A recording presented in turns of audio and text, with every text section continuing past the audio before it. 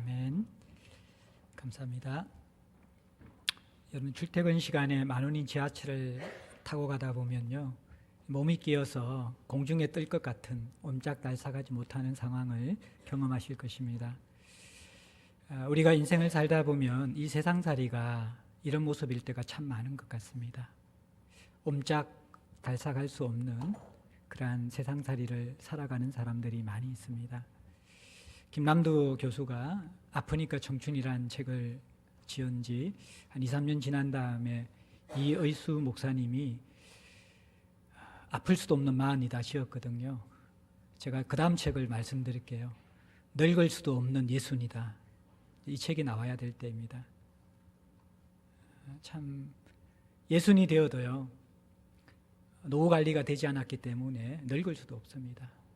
계속 자기의 삶을 챙겨야 되고요, 또 여전히 독립하지 못한 자식들 챙겨야 되고, 또 손주들 태어나면 그거 뒷바라지 간수까지 다 해야 되는 것, 오늘날 우리가 살아가는 인생입니다.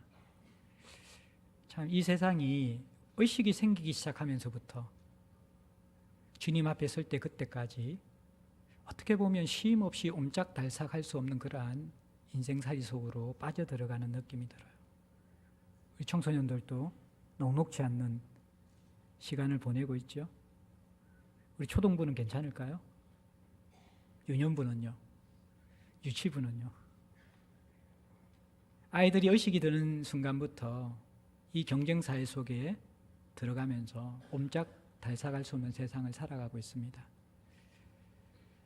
우리는 이러한 세상 가운데서 참 신앙의 힘으로서 무엇인가 해결이 되어지고, 신앙의 힘으로서 이것들이 극복되어지고, 신앙의 힘으로 세상을 승리한다라는 것을 체험하는 것이 너무나 필요한데, 우리를 옥죄이는 이 세상 가운데 많은 성도들은 사실 신앙을 가졌음에도 불구하고 무력하게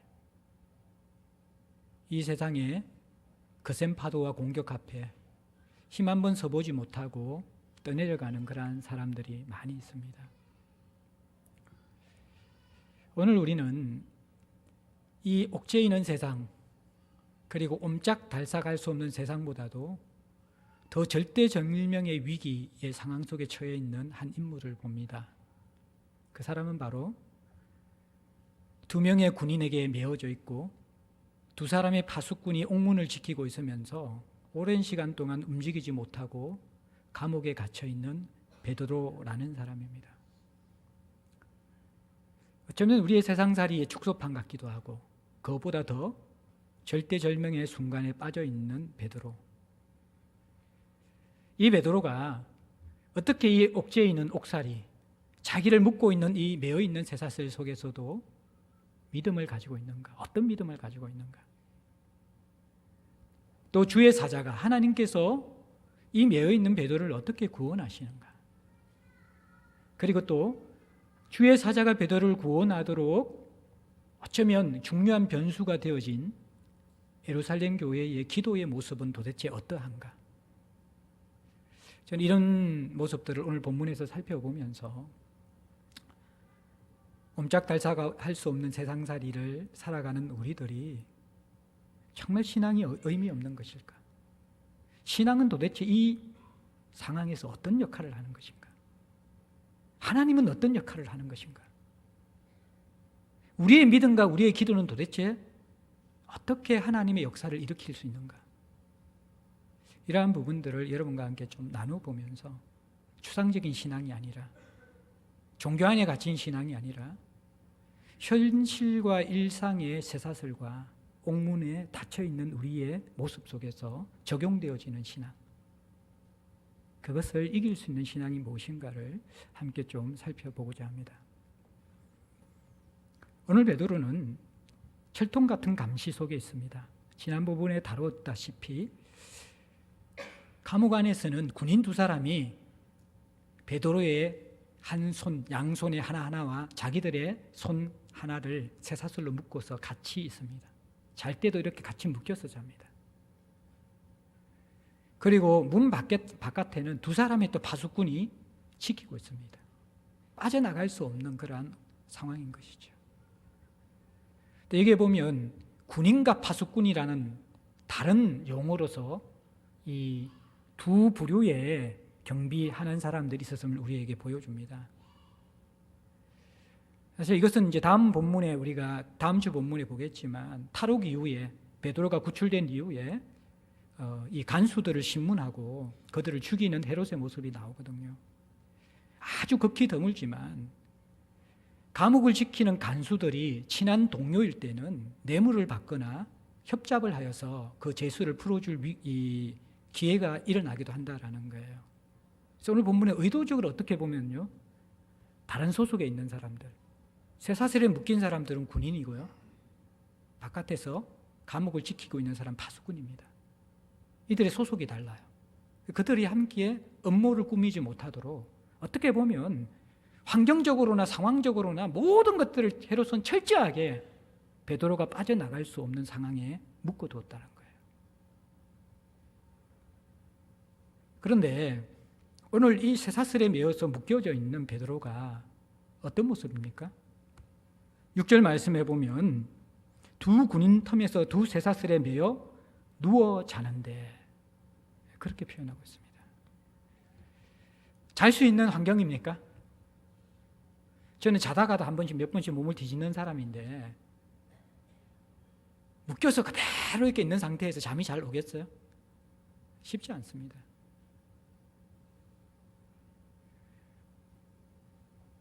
거기에다가 이 시기를 6절에 보면 헤롯이 잡아내려고 하는 그 전날 밤이라고 이야기합니다. 그 다음날 아침에 베드로는 처형당하고 본인은 그 일을 알고 있습니다. 유대인의 시간 개념에 의하면요, 날이 저물 때부터 하루가 시작되어서 그 다음 날 날이 저물 때까지가 하루입니다. 사실 이것은 그 다음 날이 아니라 유대인의 시간 관념 속에서는 베드로가 처형되는 당일날이 시작되었다는 것입니다.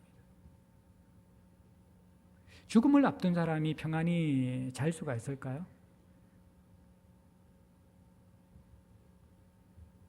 제가 중국에 아주 그 거물급 조폭이 잡혀가지고 처형당하는 그 동영상 짧은 것들 한번 봤는데, 자기 손으로는 수많은 사람을 죽였지만 정작 자기가 죽으려고 할 때 살려달라고 눈물을 흘리면서 정말 두려움과 절망에 가득 차서 형장에 끌려가는 그 모습이 포착되더라고요. 세상에 아무리 용기 있는 사람도 죽음 앞에 담대한 사람이 없습니다. 그런데 이 베드로가 쇠사슬에 매어서 죽음 직전에서 잠들고 있는데 이 잠이 아주 깊은 잠입니다.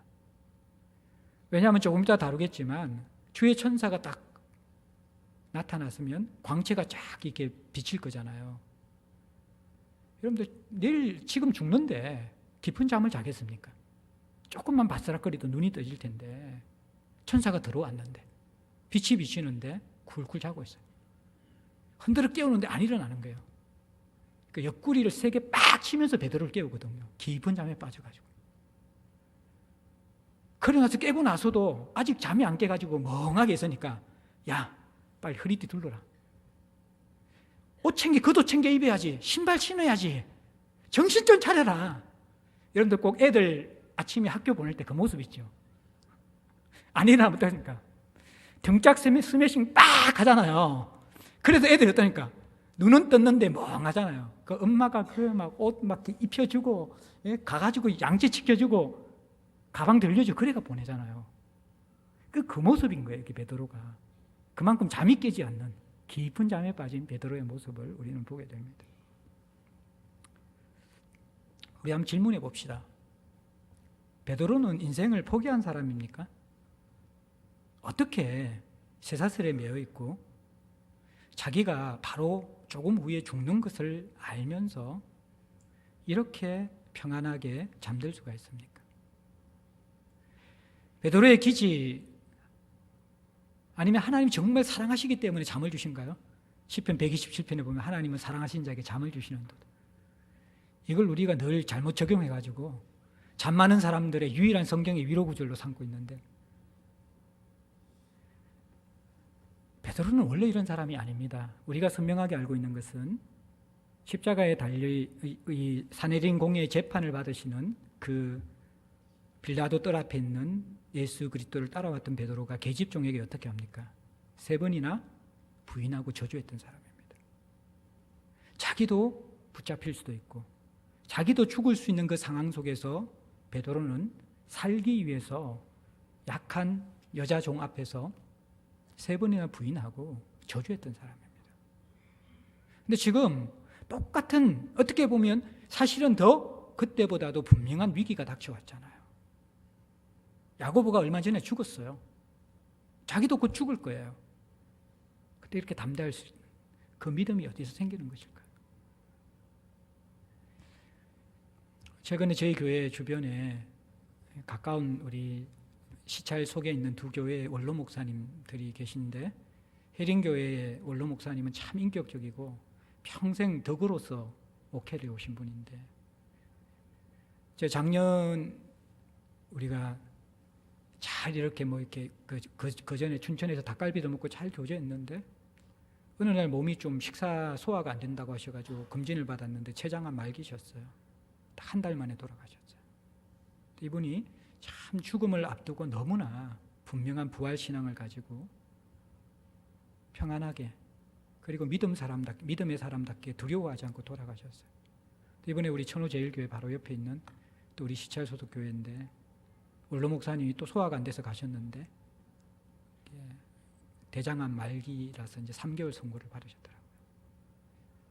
제가 이제 시찰장 역할을 하고 있기 때문에 목사님들과 함께 이제 신방을 가서 이야기를 듣는데, 새까만 후배 목사인데도 자기 친구인 해린교회 홍 목사님 말씀을 하면서 죽음을 앞두고 그렇게 평안하고, 죽음을 앞두고 그렇게 담대하고, 죽음을 앞두고 자신에게 관심이나 마음이 집중되지 않고 그렇게 사람들을 평상시처럼 섬기며 돌보다가 돌아가신 분을 처음 봤다라는 거예요. 그래서 자기는 먼저는 이 회개기도부터 해야 되겠다, 하나님 서기 위해서, 이런저런 말씀을 하시는데, 참 이 죽음을 앞두고 사람들이 두려워하지 않는 사람들은 참 드물거든요. 베드로에게 어떻게 이렇게 평안이 찾아왔을까요? 우리는 작은 삶에 문제가 생겨도 하늘이 무너지는 것 같고 세상이 끝나는 것 같잖아요. 자녀가 한번 사고치고 나면 세상이 무너지는 것 같고요. 남편이 한번 실직하고 나면 우리 인생에 더 이상 이렇게 빛이 비치지 않을 것처럼 생각합니다.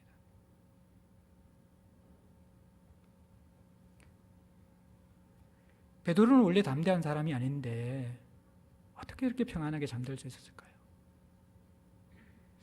베드로는 부활하신 주님을 경험했습니다.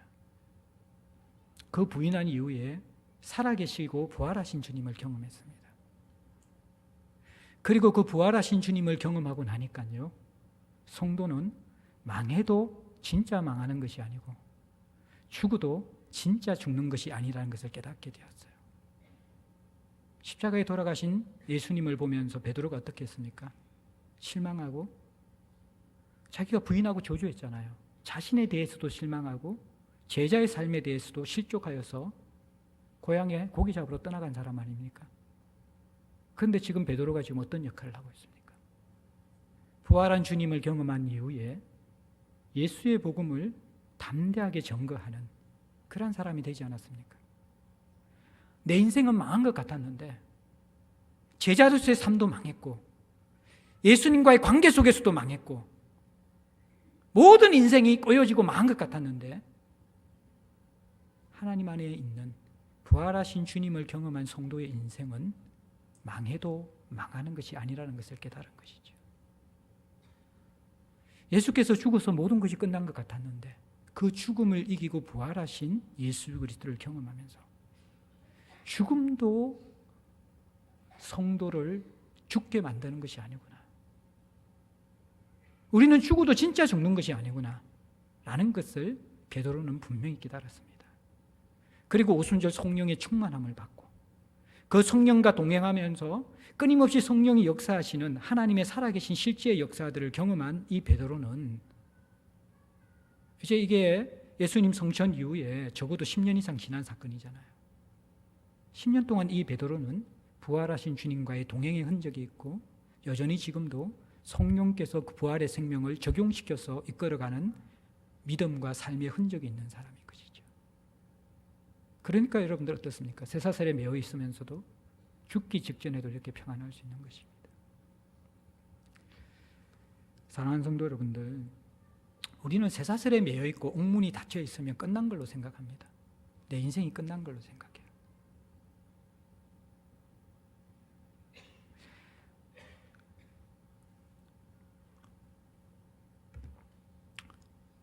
우리는 구조적으로 옴짝달싹하지 못하는 세상에 처해 있을 때가 많이 있어요. 베드로가 투옥된 사실을 지난주에 말씀드렸지만 어떤 이유 때문입니까? 유대 종교 지도자들의 시기심과 그들의 이권, 그리고 그들의 힘을 빌어서 통치의 어떤 이 기반을 견고하게 하려고 했던 헤롯의 권력적인 야욕, 헤롯의 권력력과 종교 지도자의 이권이 연결되어져서 그들이 기뻐하니까 야고보를 죽이고 베드로를 가둔 것이잖아요. 저는 이 시대에 이 쇠사슬과 옥문이 어디에서 생긴 것인가? 왜 20대부터 의식이 들기 시작하면서부터 죽을 때까지 열심히 일함에도 불구하고 우리는 매여있는 인생을 살아야 되는가? 물론 더 근본적인 것은 죄로 깨어진 세상이지만 그 죄가 구체화되는 데는 저는 정치인들의 권력욕과 기업들의 이권들이 이 시대의 구조를, 거대 구조를 만들었다고 생각합니다. 그 속에서 우리는 옥죄어 힘들게 살아가고 있죠. 그러한 거대 구조뿐만 아니라 우리 개인의 삶 속에서 다가오는 작고 큰 일들이 우리를 옥죄입니다. 쇠사슬에 매고 문을 닫아버립니다. 가족 가운데 아픈 사람이 생기면요, 온 가정 전체가 그게 메어져 버립니다. 어려워져 버립니다. 금지옥지 키워가지고 잘 자라나던 이 자녀에게 한번 어떤 문제가 생겨 터져버리면 그때부터 온 가정이 쇠사슬에 메어져 버립니다. 문이 닫혀져 버립니다. 직장 잘 다니던 남편이 어느 순간 실직하면서 절벽 중년이 찾아오면요, 그때부터 또 쇠사슬에 모이고 문이 닫혀져 버리는 것이죠. 그렇게 결혼하고 싶었는데 결혼하고 나서 아이 태어나면 그 육아 문제 때문에 또 우리가 정신 못 차리면서 온 삶이 옴짝달싹하사 못할 정도로 메어져 버립니다. 제가 우리 애 키우는 엄마들 보면 참 측은해요. 마음 놓고 밥 한 끼 못 먹어요. 애 들쳐오고 있고 뭐 그냥 코에 들어간지 입에 들어간지 모르고 그냥 끼니 하나 이게 먹는 게 아니라 해치우는 거죠. 해치우는 거. 그렇게 옴짝달싹하지 못하면서 살아가고 있습니다. 이때 참 우리가 기억해야 될 것이 무엇입니까? 세상은 항상 이렇게 악하고 위험하고 험한 곳입니다. 세상은 항상 우리를 사슬로 묶고 옥문으로 가두는 데 익숙한 그런 곳입니다. 베드로에는 있었고 우리에게는 없는 것이 무엇일까요? 여러분들 기억하셔야 되는 것은 그렇게 튼튼하게 묶여있는 쇠사슬이 끊어질 것 같지 않지만요, 쇠사슬은 언젠가는 끊어지고 풀어집니다. 닫혀있던 옥문이 도저히 열릴 것 같지 않지만 그 문은 분명히 열리게 됩니다. 여러분들 끊을 수 없는 줄이 있는데 그것이 뭔지 아십니까? 로마서 8장에 이야기하는 우리 주 예수 그리스도의 사랑의 줄, 하나님의 사랑의 줄입니다. 환난이나 기근이나 핍박이나 칼이나 죽음이나 생명이나 천사이나 권세자이나 이 세상의 다른 어떤 피조물이라도 우리를 우리 주 예수 그리스도 안에 있는 사랑에서 끊을 수 없으리라.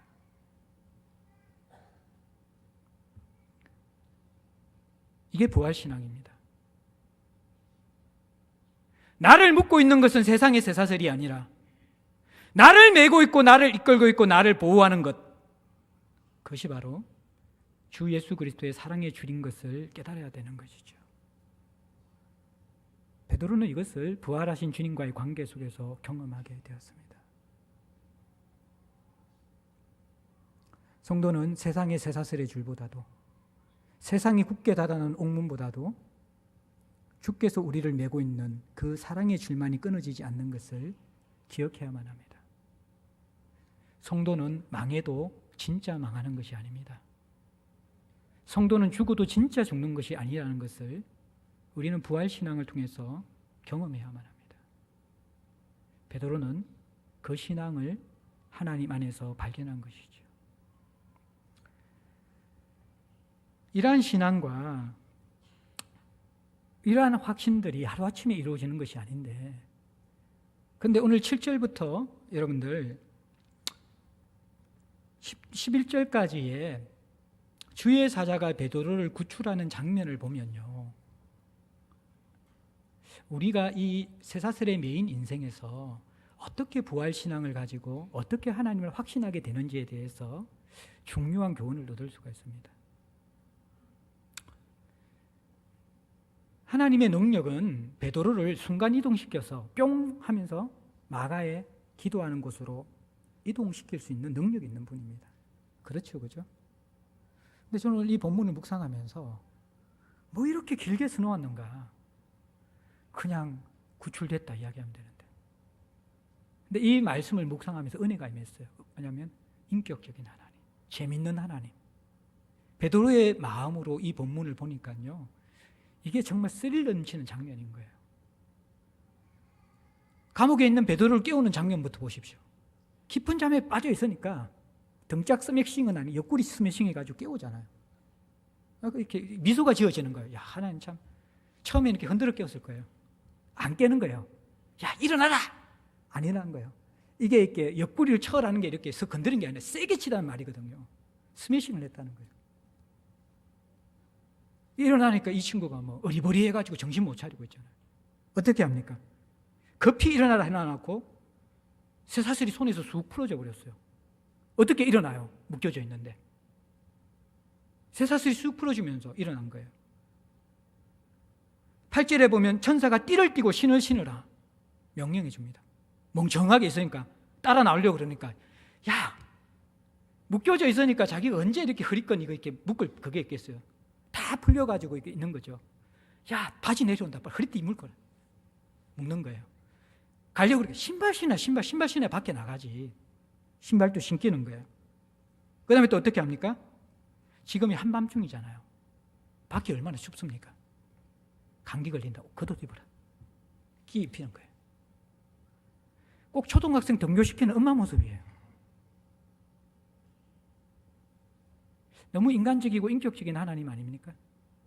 그 위기의 순간에 세심하게 이걸 보여주시잖아요. 그 다음에 또 이 구출시키는 단계가 어떻습니까? 첫째 파수가 있잖아요. 쇠사슬은 군인들과 함께 묶여진 손에 쇠사슬은 풀어졌지만 옥문 밖에 바로 있는 첫째 파수꾼이 있잖아요. 그걸 지나가는 거예요. 근데 얘들이 못 봐요. 베드로가 얼마나 쫄았겠어요. 쟤들이 지금 눈 뜨고 부릅뜨고 창 들고 시키고 있는데 두 사람이 지나가는데 그거 못 볼 사람이 누가 있습니까? 근데 그 사람이 못 보고 있는 거예요. 저 바깥에도 나가는 둘째 파수가 있는 거예요. 거기 지나면서도 조마조마할 거예요. 지금은 들킬 건데 아까는 우연이지만, 근데 그것도 지나가는 거예요. 그리고 나서 여러분들 이제 감옥에서 시내로 나가는 굉장히 큰 쇠문, 이것은 거의 열지 않는 쇠문이거든요. 사람이 지나가지 않기 때문에. 근데 그 쇠문이 있는데 저건 어떻게 나가지? 근데 그 문이 저절로 씩 열리는 거예요. 그리고 나서 이 주의 천사가 베드로를 한 블록, 한 거리를 더 데리고 갑니다. 그리고 안전하다고 싶을 때 호련하게 이 천사가 샥 사라져버립니다. 이게 베드로를 구출시키는 과정이거든요. 우리는 인생에 어려움과 고난이 닥칠 때 단 한 방에 해결되는 것을 기대하잖아요. 그 능력 있잖아요. 왜 이렇게 지저분하게 여러 단계를 거칩니까? 그냥 휴고도 시킬 수 있는 분인데 그냥 쇠사슬의 메인 그 몸이 슝 빠져나와가지고 순간이동 쫙 해가지고 막 성도들이 기도하고 있는데 그 기도하는 앞에 딱 떨어지면 성도들이 얼마나 놀라겠어요. 정말 하나님의 기적 같잖아요. 그러면 하나님 그렇게 하지 않으신다라는 것입니다. 왜냐하면요, 하나님은 우리가 문제에서 단방에 해결되는 것이 우리를 이끄시는 목적이 아닙니다. 우리 인간들은 본래 고난과 어려움의 상황이 아니고는 하나님 앞에 가까이 가지 않고 깊이 들어가지 않는 존재들입니다. 제가 이번 금요일 날 시편 23편 4절만 가지고 한 절만 가지고 설교했어요. 제가 로이더 존스 목사님은 아닌데 그 말씀이 많이 은혜가 돼가지고요. 사망의 음침한 골짜기는 양이 가는 게 아니라 목자가 인도하는 거예요. 왜냐 그러면 그 골짜기를 통해서 여름에 산 정상에 있는 가장 푸른 초장에 이를 수 있기 때문에. 사망의 음침한 골짜기를 통과하지 않는 사람들은 믿음의 정상으로 올라갈 수 없습니다. 그리고 그 골짜기 계곡에만 다른 곳에서 먹지 못하던 풀과 시원한 생수가 있는 것입니다. 성도들이 그렇게 기도하지 않고 말씀에 대한 가람이 없는 성도들이 비로소 말씀에 대해서 굶주려지고 기도할 동기가 부여될 때가 언제입니까? 이럴 때 대부분 그렇다라는 거예요. 근데 그때 하나님께서는 한 방에 해결해 주시는 것이 아니라 한 단계 한 단계 한 과정과 절차들을 잘 이렇게 지속적으로 거쳐가시면서 그때마다 임하시는 하나님이 어떤 분인지를 우리가 너무나 선명하고 절실하게 느끼면서 하나님을 알도록, 하나님을 경험하도록, 하나님을 누리도록 하시는 것이 우리 인생의 가장 중요한 목적이라는 것입니다. 우리는 그것이 힘들죠. 계곡을, 사망의 엄침한 골짜기를 지나는 게 힘들죠. 근데 그때 목자의 인도를 따라 보면요, 먹을 풀이 있고 마실 물이 있고 그 정상에 올라갔을 때 지금껏 한 번도 보지 못한 푸른 초장이 펼쳐져 있습니다. 그리고 땅 밑에서 자기가 자기 스스로 느끼지 못했던 영적 근육들, 그 근육들이 튼튼하게 자기의 몸에 붙어 있는 것을 양들은 경험하게 됩니다. 하나님이 우리 인생을 인도하시면서 단방의 문제를 뿅 해결하면서 쉽게 해주시지 않는 이유가 뭔지 아십니까? 하나님과 오랫동안 동행한 믿음의 성도들이 기도의 응답 한 번 없고 하나님의 살아 계심에 대해서 한 번도 경험하지 못한 사람들이 있습니까? 근데 우리의 문제는 무엇입니까? 문제 해결되면 늘 그 자리입니다. 하나님은 없고 늘 나만 있는 것이죠.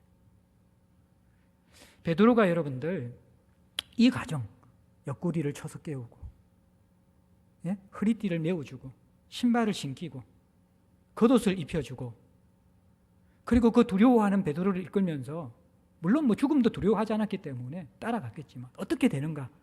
저 파수가 지키고 있고 쇠문이 닫혀져 있는데 어떻게 되는가?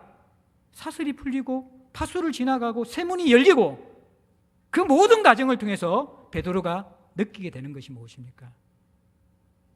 그런데 11절 말씀 보십시오. 이에 베드로가 정신이 들어 이르되 내가 이제야 참으로 주께서 그의 천사를 보내어 나를 헤롯의 손과 유대 백성의 모든 기대에서 벗어나게 하신 줄 알겠노라. 이것을 깨달았다 이야기합니다.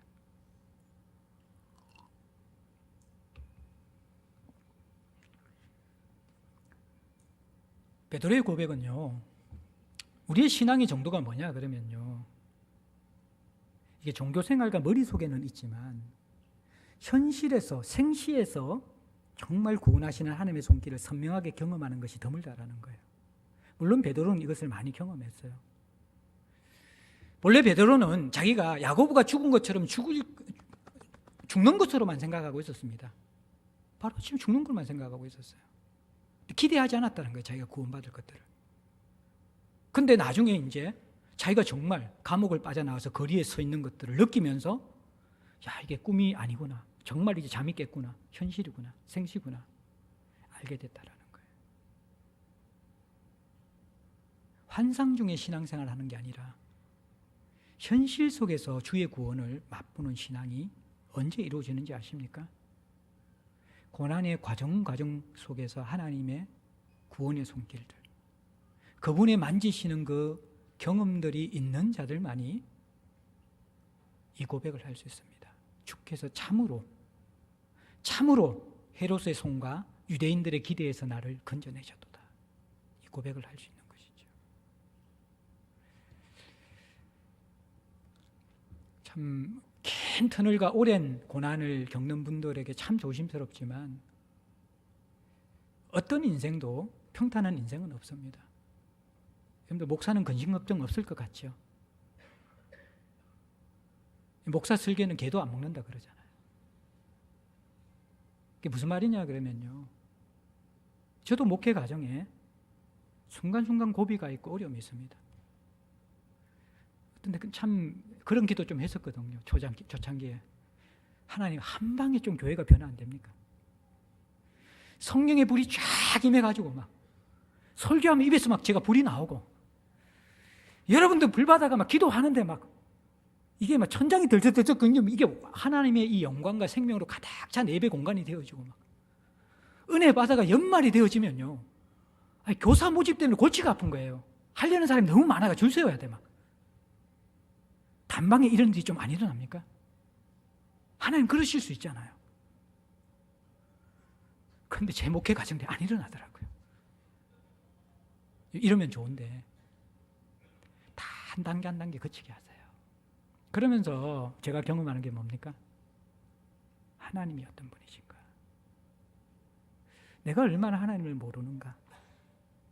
내가 얼마나 믿음이 없는 자인가? 이런 것들을 경험하면서 하나님 앞에 자라가게 되는 것이죠.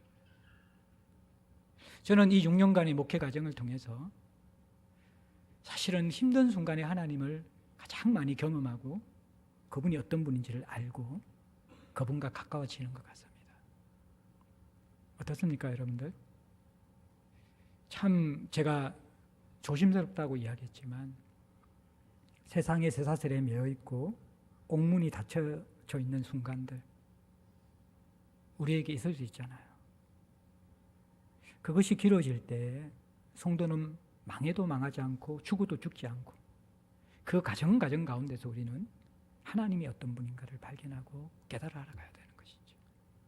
그게 우리가 정말 얻을 수 있는 인생의 최고의 자산인 것입니다.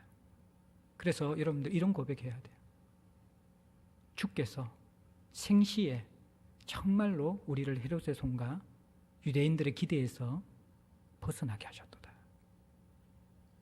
여러분들이 환상 속의 신앙생활 아니라 뭔가 종교심에 취해가지고 그냥 예배 드릴 때는 하나님 계신 것처럼 느껴지고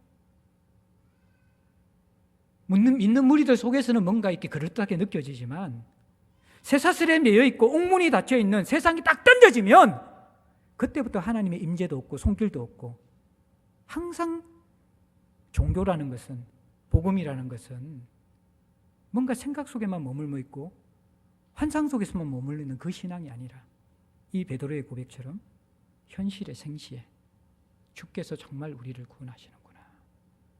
그걸 우리가 이 쇠사슬에 매여 있는 동안 감옥의 문이 닫혀져 있는 동안 한 방에 해결하지 않고 정말 지루할 정도로 죽기 바로 전에 역사하시면서도 차근차근 스텝을 밟아 나가시면서 우리 인생을 이끌어 가시는 그 하나님을 통해서 배워가야 하는 것이죠. 이제 풀려난 이 베드로가 마가 요한의 어머니 마리아의 집에 가잖아요. 이 마가 어머니 마리아의 집은 예수님의 최후의 만찬의 장소이기도 하고 또 오순절 성령의 임재가 있었던 곳이라고 성경학자들은 추측하고 있습니다. 이것은 예수님 공생의 당시 그리고 부활 성천할 때의 기도의 장소일 뿐만 아니라 초대교회가 설립되고 나서도 여전히 중요한 모임의 장소로 사용되어 있어서 지금 예수님 부활 성천 이후 10년 정도가 지났지만 여전히 이 마가의 집은 중요한 회집 장소가 되었습니다. 그래서 베드로는 주저없이 자신을 위해서 기도하고 있는 이곳에 찾아갔습니다. 그러니까 12절에 그들이 모여서 여전히 기도하고 있었는데 13절에 베드로가 대문을 두드리니까 로데라는 여자아이가 영접하러 나왔습니다. 아마 여자아이는 그 집에서 심부름하는 그런 일하는 아이일 건데 여기 영접하러 나왔다는 것은 베드로인 줄 알고 환영하러 나왔다는 그 의미가 아닙니다. 원어의 의미는 누구인지 조심스럽게 확인해 보러 나왔다는 것입니다. 왜냐 그러면 지금 야고보가 죽었고 베드로가 옥에 갇혀 있으면 이제 이 헤롯이 조금 더 핍박을 가하려고 할 때 베드로까지 죽이고 나서도 불씨가 꺼지지 않으면 어디로 들어갈까요? 중요한 이 기독교인들의 회집 장소에 들어가서 그들을 말살시키는 것으로 이어질 수밖에 없는 것이에요. 자기들에게도 지금 언제 위험과 죽음이 닥쳐올지도 모르는 상황을 알면서 이들이 모여서 기도하는 곳이 마가의 어머니의 집이었고 이 집은 오랫동안 기독교인들의 회집 장소였기 때문에 헤롯과 로마 정부는 잘 알고 있는 곳이었을 것입니다. 그래서 신원 확인을 하는 것이죠. 영접하러 나온 것이. 그런데 누구세요? 물었는데 바깥에서 익숙한 목소리가 들립니다. 14절에 베드로의 음성인 줄 알고. 베드로가 이곳에 얼마나 수시로 들락날락 했겠어요. 계속 사도들이 여기서 모임을 했고 집회를 했기 때문에. 그렇기 때문에 이 베드로의 목소리를 이 여종인 로데가 익숙하게 알고 있었던 것이죠. 얼굴을 보지 못하고 대문 밖에서 소리가 들리지만 베드로네 느꼈던 거예요. 근데 이 로데가 너무 기쁜 나머지 어떻게 합니까? 문을 미처 열지 못하고 달려 들어가 베드로가 대문 밖에서 뜨라 그렇게 외치는 거예요. 너무 기뻐가지고 열어줄 생각은 안 하고 기도하면서 베드로의 소식에 대해서 기다리고 있는 기도하는 사람들에게 먼저 달려서 이것을 전달하고 싶어가지고 그냥 문을 잠궈둔 채로 달려간 거예요. 그러고 나서 베드로가 대문 밖에 와 있어요. 대문 밖에 지금 베드로가 서 있어요. 그렇게 외치는 거예요. 자, 그런데 15절에 보십시오. 기도하는 이 성도들이 이 로데에게 어떻게 이야기합니까? 네가 미쳤다. 참 우리 당혹스럽게 하죠. 베드로를 위해서 지금 기도하고 있는데 베드로가 살아서 돌아왔다 그러는데 로데 보고 뭐라 그래요? 네가 미쳤다 그러는 거예요. 이 로데는 지금 베드로의 음성을 들었잖아요. 더 확신을 가지고 참말이다, 힘써 말하되 참말이다 그렇게 주장하는 거예요.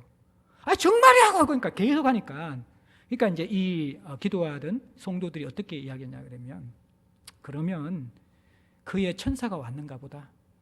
이거는 이제 유대인들은 아직까지 수호천사 신앙을 가지고 있었거든요. 수호천사라는 것은 믿는 자들에게 한 명씩 천사가 있는데 그 천사는 그 사람의 모양과 그 사람의 목소리를 내는 그것이 바로 수호천사라고 믿고 있었던 거예요. 그러니까 이제 이들이 지금 상황을 어떻게 파악했냐 그러면 우리가 기도했지만 베드로는 순교했구나. 베드로가 죽었으니까 이제 그를 지키고 있던 천사가 베드로 옆에 있을 필요가 없으니까 이제 이렇게 기도하고 있는 궁금해하는 우리들에게 와서 베드로의 소식을 전하러 왔구나. 아이고 베드로가 죽었구나. 그의 천사다. 그렇게 지금 초대교회 교인들이 반응하고 있는 것입니다. 그 시간에 16절에 보면 베드로가 문을 계속 거치지 않고 두드리고 있었어요. 왜겠습니까? 빨리 성도들을 보고 싶은 마음도 있고요. 또 하나는요, 이 문이 큰 길거리 옆에 있기 때문에 베드로가 빨리 문을 열고 들어가지 않으면 자기의 신분이 발각되거든요. 그러면 자기만 위험이 있는 것이 아니라 자기를 숨겨준 마가 집에 있는 성도들도 위험이 미치게 됩니다. 그래서 17절에 보면 베드로는 탈옥되어진 그 과정들만 설명해주고 그 당시의 지도자인 야고보와 형제들에게 이 소식을 전해달라고 이야기하고 다른 곳으로 옮겨가 버립니다. 그러니까 빨리 문을 열어줘야 되는데 문을 안 열고 있으니까 그 옥신각신하는 동안 계속 문을 두드리고 있는 거예요. 문을 딱 여는데 보니까 정말 베드로가 서 있는 거예요. 그러니까 16절 후반절에 이 초대교회 성도들의 반응이 어떻습니까? 크게 놀라니라. 보고 나서 깜짝 놀라는 것입니다. 자, 이것을 보면서 제가 여러분과 함께 한 가지를 좀 나누고 싶은데 어떻게 보면 이 예루살렘 교회의 성도들의 기도하는 믿음이 대단한 것 같습니다. 어떤 의미에서 대단하냐면 지난 시간에 말씀드렸지만 기도했는데 야고보가 죽었잖아요. 그런데 포기하지 않고 또 베드로를 위해서 기도하는 것 자체가 얼마나 참 본받을 만한 좋은 믿음입니까? 그리고 이 기도 속에서는 뭐예요? 자신들도 헤롯의 핍박의 대상이 충분히 될 수 있고 그 근거를 마련해주는 행동이잖아요. 그 위험을 무릅쓰고 기도한다면 얼마나 이것이 참 신실한 믿음을 가진 신앙인의 모습입니까? 근데 참 저는 이 본문을 보면서 이상한 만족감이 드는 것이죠. 왜입니까? 우리하고 비슷하구나. 이들의 특징이 뭡니까? 기도는 간절하게 하는데 정작 응답에 대한 기대는 충분하지 않습니다. 기도하는 믿음이 있는데 기대하는 믿음은 사실은 퀘스천이라는 것이죠.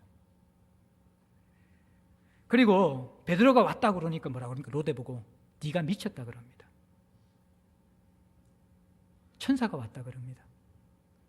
실제 베드로를 보고 나서도 감사하고 찬양하는 것이 아니라 놀랍니다. 이 태도는 뭐냐 그러면 혼란스러운 거예요, 자기들이. 그러니까 결국에는 이 사람들의 모습이 뭐냐 그러면요, 기도는 하고 있지만 실제적으로는 기도의 응답이 있을까 반신반의하고, 기도 응답이 일어났지만 혼란스러움, 이게 우연일까? 기도 응답일까? 지금 아직까지 상황에 대한 분명한 이 정신이 차려지지 않는 모습들을 우리에게 보여주는 거예요. 여기에 대해서 칼빈 선생님은 이 초대교회 성도들을 보호하기 위해서 이들이 이렇게 반응할 수밖에 없던 이유를 이렇게 설명해요. 이들이 기도한 방향이 달렸다. 어떤 기도를 했냐 그러면 베드로가 풀려나도록 기도한 것이 아니라 베드로가 감옥에서 야고보처럼 용감하게 담대하게 순교하도록 기도했다라는 거예요. 그리고 자기들은 베드로가 순교하더라도 믿음이 흔들리지 않고 지켜나갈 수 있도록 기도했다라는 거예요. 물론 그 기도도 일부분 포함되었겠지만 저는 믿기로 베드로의 구원을 위해서 분명히 기도했을 거라 생각되어요. 칼빈 선생님의 마음은 충분히 이해하지만 제가 이 해석은 동의할 수가 없는 것 같아요.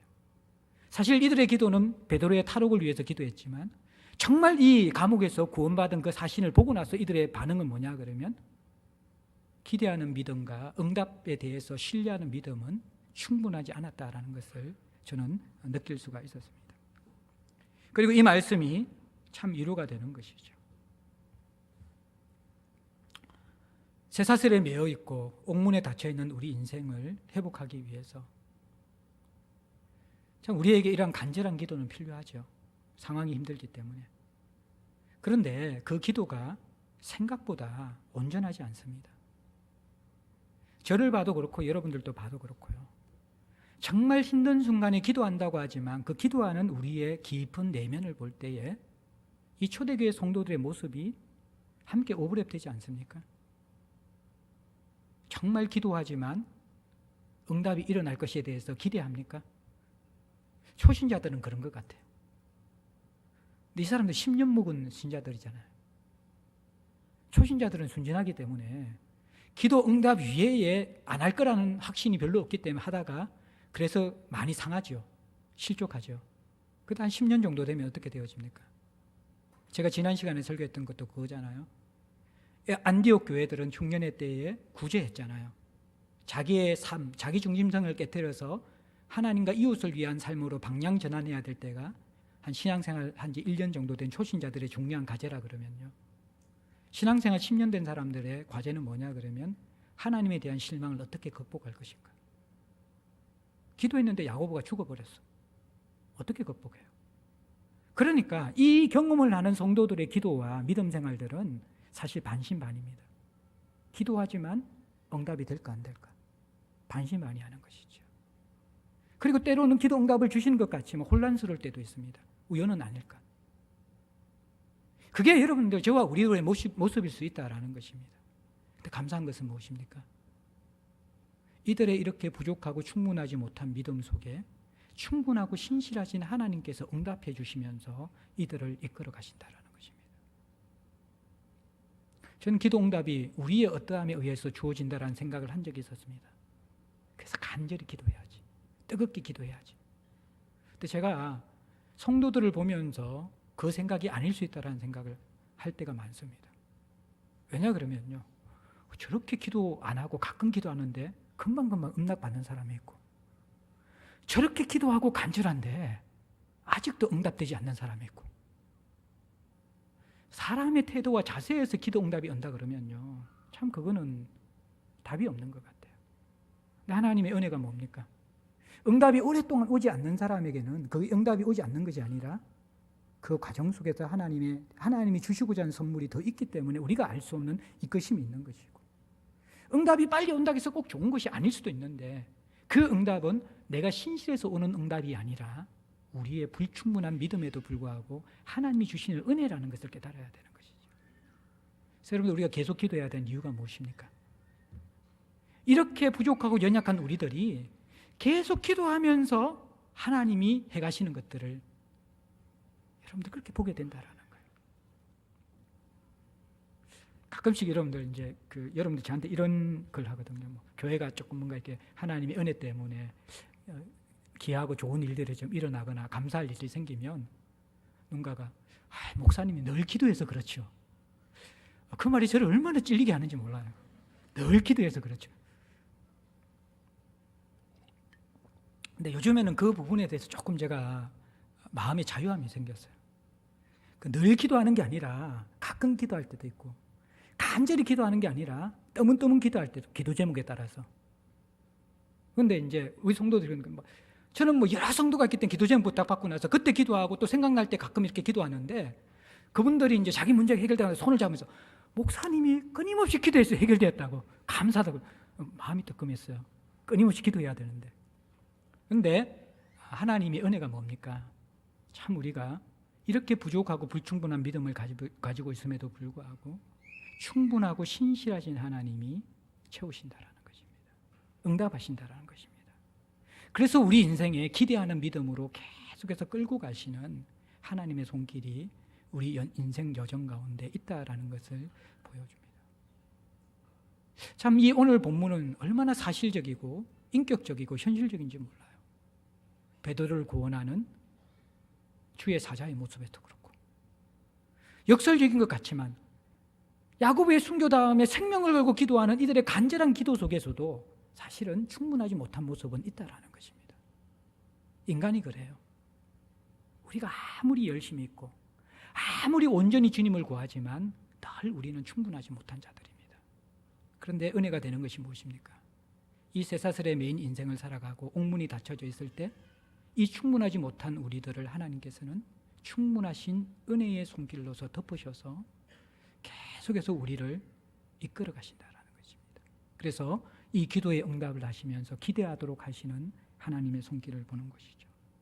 사랑하는 성도 여러분들, 오늘 쇠사슬에 매인 인생 가운데 있습니까? 옥문이 닫혀져 있습니까? 세 가지를 기억하십시오. 첫 번째는 무엇입니까? 끊을 수 없는 것은 세상의 쇠사슬이 아니라 하나님의 사랑의 줄입니다. 베드로가 본래 그런 사람이 아닙니다. 부활신앙을 경험하고 성령이 그를 지배할 때 어떻게 됩니까? 성도는 망해도 망하지 않고 죽어도 죽지 않는다는 것을 경험하셔야 됩니다. 두 번째 우리가 기억해야 될 것은 이 긴 고난의 삶들, 기간들이 단 한 방에 해결되지 않게 하시는 하나님의 의도들을 우리가 알아야만 합니다.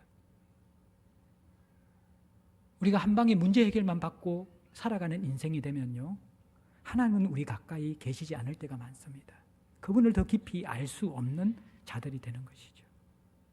우리를 일깨워서 깨우시고 옷을 입히시고 신발을 신기시고 옥문을 여시고 쇠사슬을 푸시고 파수들을 지나가시면서 우리들을 이끌어 가시는 그 순간순간의 하나님을 여러분들이 그 과정 속에서 얻고 경험하는 은혜가 있었으면 좋겠습니다. 그리고 그 가운데 우리가 주님을 부르고 어떻게 보면 간절한 기도가 있지만 또 그 간절한 기도 속에 우리의 믿음은 충분치 못하고 반신반의하고 오락가락하고 혼란스러운 상태에 있는 것이 우리의 신앙임을 때로는 인정해야 한다는 것입니다. 그런데 그 모습에도 불구하고 하나님은 신실하게 우리를 구원해 주십니다. 우리의 신앙은 과정 속에서 충분히 그런 여정을 겪어야만 하고 기도하지만 기대하는 믿음이 없는 우리의 모습이 있을 수 있다는 것입니다. 그러나 그러한 과정들을 잘 거쳐가시면서 정말 우리가 이 베드로가 이르렀던 쇠사슬에 매이는 인생이 아니라 주께서 이끄시는 인생, 사랑의 줄에 끌려가는 그런 인생, 그러면서 부활신앙이 내 것이 되어지는 인생, 우리의 어떠함이 아니라 하나님의 어떠함으로 건짐받는 그 인생살이가 무엇인지를 좀 선명하게 경험할 수 있는 저와 여러분들 될 수 있기를 주의 이름으로 간절히 축복합니다. 함께 찬송 드리겠습니다. 찬송가 400장 드리겠습니다.